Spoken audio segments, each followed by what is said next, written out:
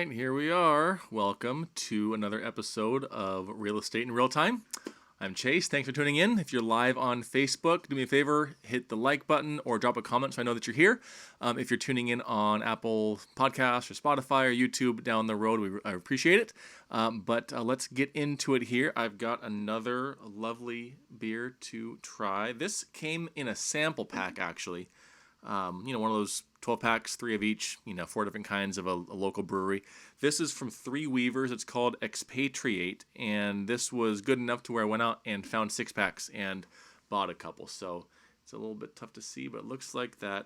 Very light and refreshing. I really enjoy it. So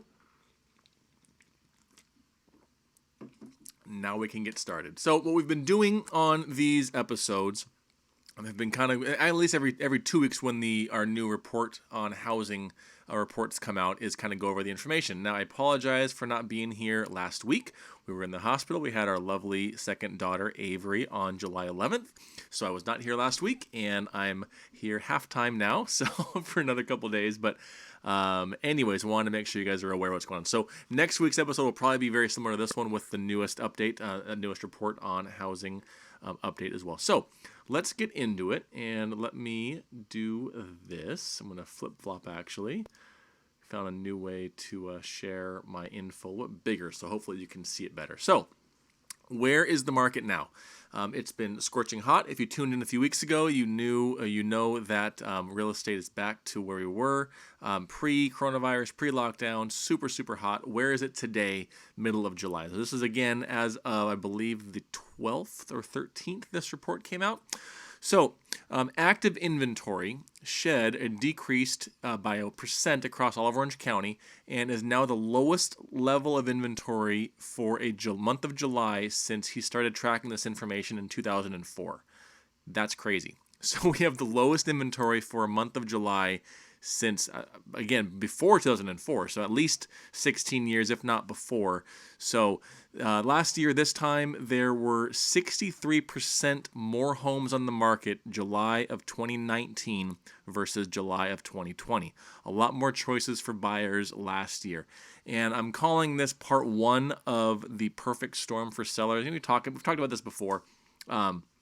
It's kind of we mentioned this actually about 9 months ago. We had an email that went out that was kind of the perfect storm, right? Interest rates are down, prices are up, and demand is up. Well, this blows that out of the water, and I'm going to show you why. But so the first part of it, right, supply and demand. So very, very, very low supply. So again, inventory is down even from 2 weeks ago. And again, the lowest inventory for a July in at least 16 years. That's part one. Okay, and if you take a look at the graph here, green is 2020. So we had a little bit of a spike in the beginning of June, nowhere close to 2019, which is this blue or purple line here, depending on what color your screen is. But coming back down a little bit, and if you follow this trend, we're going to slowly trickle back down, which would again be customary for the time of the year. Now, 2018 was a little bit of an anomaly where the inventory crept up all the way through until about the end of November, where it dropped pretty quickly and then, got back down. But that's inventory. That's active inventory. So again, that's your supply. Very, very low. Demand, the number of new pending sales over the past month, and so the way he defines this and the way that it should be defined is, again, from the time it goes on the market, right, on the MLS, on Zillow, Trulia, all the sites that you're looking at, right, until an offer is accepted and put into escrow. So that's demand. The number of new pending sales over the prior month is up 3% in the last 2 weeks. This is the highest demand reading since June of 2015 overall, and the highest demand level for the month of July since 2012. So again, typically the hottest months for Southern California are May and June. April, May, and June, right? That's the beginning of the summertime. That gets you in your house, closed escrow by the time school starts, so your kids can be in the district that you're going to be moving into, or whatever that might be.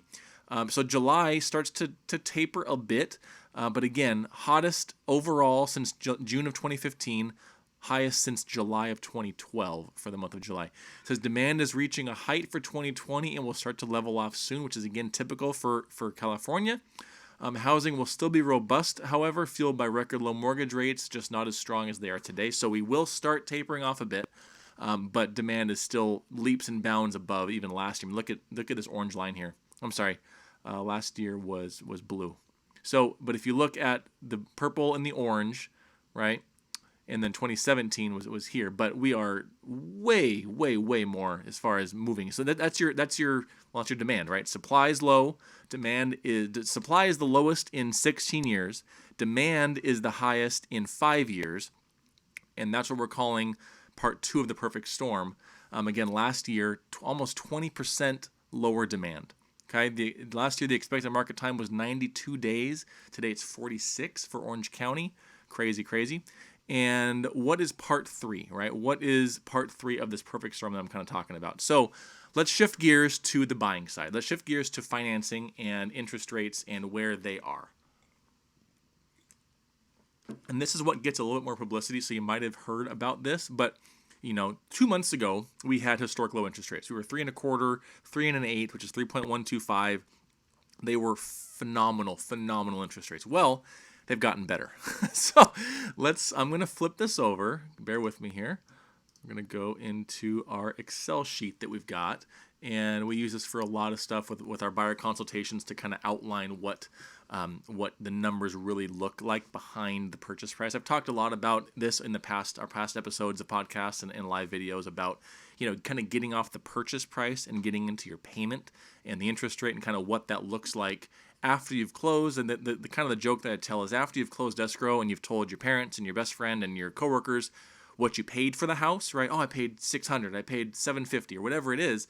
After that number is kind of meaningless.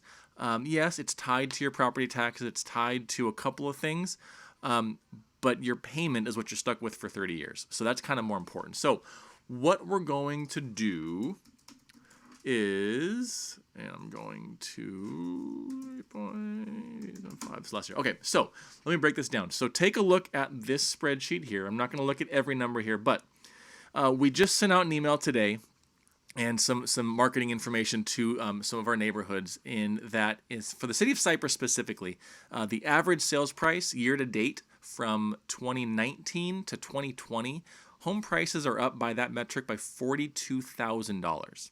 Right now, again, that can differ based on the price point of the house, but overall, the average price in Cypress is up $42,000. So let's use that metric, and we're going to break this down 2 ways. So last July 21st, you're looking for a house.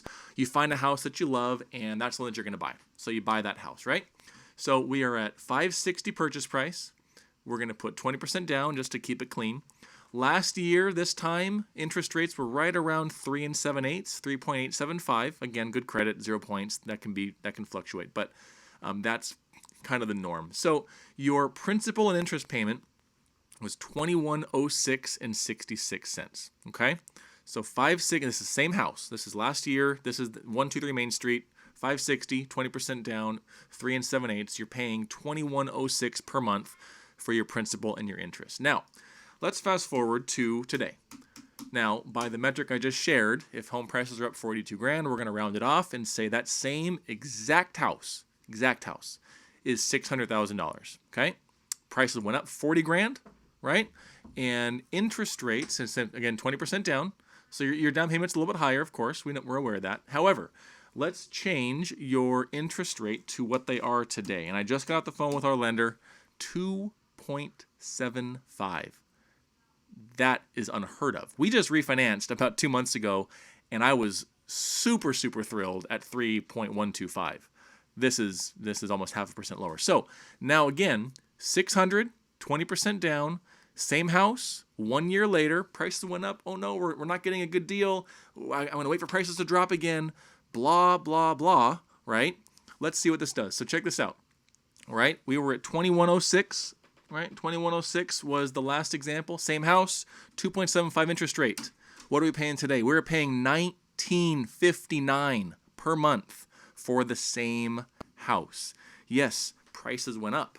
interest rates did not. Interest rates went the complete opposite direction. So the same house is going to, over 30 years, I wrote this down, over 30 years, if you're in that house for 30 years and you don't refinance, you don't take any money out, you live there for 30 years, that's what it is. $85,000 different in your interest over the course of that time. So when we talk about getting a deal and you're worried about prices, home prices, right? Take that with a grain of salt. Yes, prices are going up, but if interest rates stay where they are, it's unbelievable. Now, let's do an example real quick of what if prices went up and interest rates also went up. So last year, right, we were at 560 at 3.875, right?